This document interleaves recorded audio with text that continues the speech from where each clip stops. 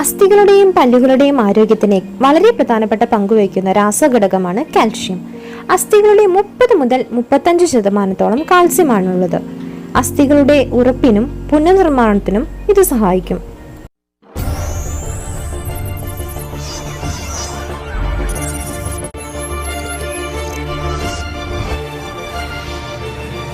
ചെറുപ്രായത്തിലും വാർദ്ധക്യത്തിലും calcium ഒരുപോലെ ആവശ്യമാണ്.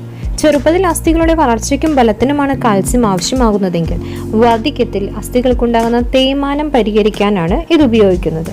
Calcium കുറവുള്ളവർ ആരൊക്കെയാണ്? 3 വിഭാഗത്തിലുള്ളവരിലാണ് കാൽസ്യം കുറയുന്നതായി കാണുന്നത്.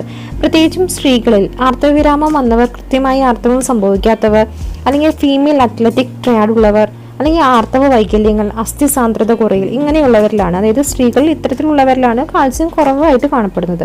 കൂടാതെ പാൽ അലർജി ആയിട്ടുള്ളവർ, കാരണം അവർ പാല് കുടിക്കുന്നില്ല, അതുകൊണ്ട് തന്നെ കാൽഷ്യം കുറവായിരിക്കും കിട്ടുന്നുണ്ടാവുക. പിന്നീടുള്ളത് ചെറുപ്രായക്കാരിലും വാർദ്ധക്യത്തിലെത്തിയവരും.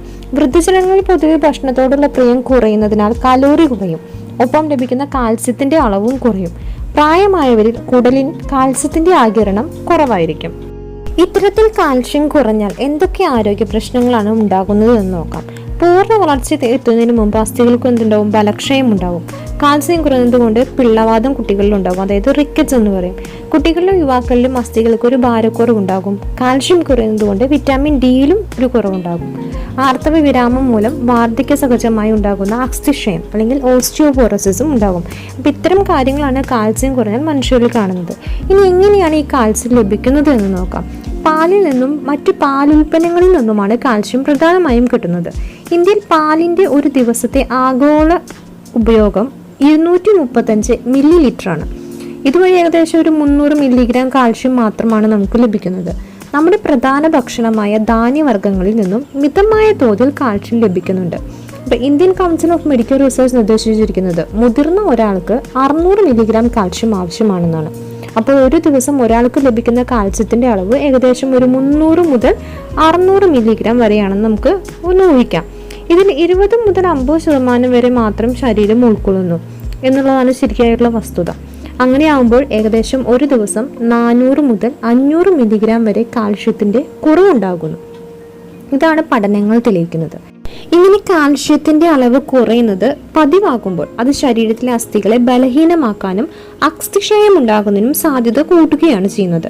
അപ്പോൾ കാൽസ്യം എന്താണെന്നും അതിൽ അസ്ഥികളുടെ ആരോഗ്യത്തിനുള്ള പങ്ക് എന്താണെന്നും എല്ലാവർക്കും അറിയാം. എന്നാൽ ദിവസവും എത്ര അളവ് കാൽസ്യം ശരീരത്തിന് ആവശ്യമുണ്ടെന്നതിനെ കുറിച്ച് ആർക്കും കാര്യമായ ധാരണയില്ല. അതുകൊണ്ട് തന്നെ പാലും പാലുൽപ്പന്നങ്ങളും ഉൾപ്പെടെയുള്ള കാൽസ്യം കൂടുതൽ അടങ്ങിയിട്ടുള്ള ആഹാരം ദിവസവും ആവശ്യമായ അളവിൽ കഴിക്കാൻ പലരും ശ്രദ്ധിക്കാറില്ല. അപ്പോൾ എന്തൊക്കെയാണ് കാൽഷ്യം അടങ്ങിയിട്ടുള്ള പ്രധാനപ്പെട്ട ആഹാരങ്ങളെന്ന് ജസ്റ്റ് ഒന്ന് പറഞ്ഞു തരാം. പാൽക്കട്ടി, പശുവിൻ പാല്, സോയാബീൻ, അഗത്തിച്ചീര അല്ലെങ്കിൽ പൊന്നാങ്കണ്ണി ചീര, കറിവേപ്പില, പുതിന, ഗ്രാമ്പൂ, ജീരകം, കൊത്തമല്ലി, അയമോദകം, കസ്കസ്, റാഗി, മുതിര, ഞണ്ട്, ഇതെല്ലാം കാൽസ്യം അടങ്ങിയിട്ടുള്ള പ്രധാന ആഹാരങ്ങളാണ്. അപ്പോൾ ആർത്തവ വിരാമമായിട്ടുള്ള സ്ത്രീകൾക്ക് കാൽഷ്യം സപ്ലിമെന്റിനേക്കാളും നല്ലത് ആഹാരത്തിലൂടെ ലഭിക്കുന്ന കാൽഷ്യം. അതാണ് അസ്ഥികളുടെ സാന്ദ്രതയും ബലവും കൂട്ടാനായിട്ട് സഹായിക്കുക. അപ്പോൾ ഈ കാര്യങ്ങളെല്ലാം നിങ്ങൾക്ക് മനസ്സിലായി കാണുമെന്ന് വിചാരിക്കുന്നു. അപ്പോൾ കാൽസ്യത്തിന് നമ്മുടെ ശരീരത്തിന് എത്രത്തോളം അത്യാവശ്യമാണെന്നുള്ള കാര്യം നിങ്ങൾക്ക് മനസ്സിലായി കാണുമെന്ന് വിചാരിക്കുന്നു. അപ്പോൾ ഇനിയും ഇതുപോലുള്ള വീഡിയോകൾ ലഭിക്കുന്നതിനായി പ്ലീസ് ലൈക്ക് ആൻഡ് സബ്സ്ക്രൈബ്. കൂടെ വരുന്ന ബെല്ലൈക്കൺ കൂടി അമർത്തുകയാണെങ്കിൽ ഞാനിടുന്ന എല്ലാ വീഡിയോകളും നിങ്ങൾക്ക് നോട്ടിഫിക്കേഷനായി ലഭിക്കുന്നതായിരിക്കും. അപ്പോൾ പുതിയൊരു ദിവസം പുതിയൊരു ടോപ്പിക്കുമായി വരുന്നത് വരെ ബൈ ബൈ.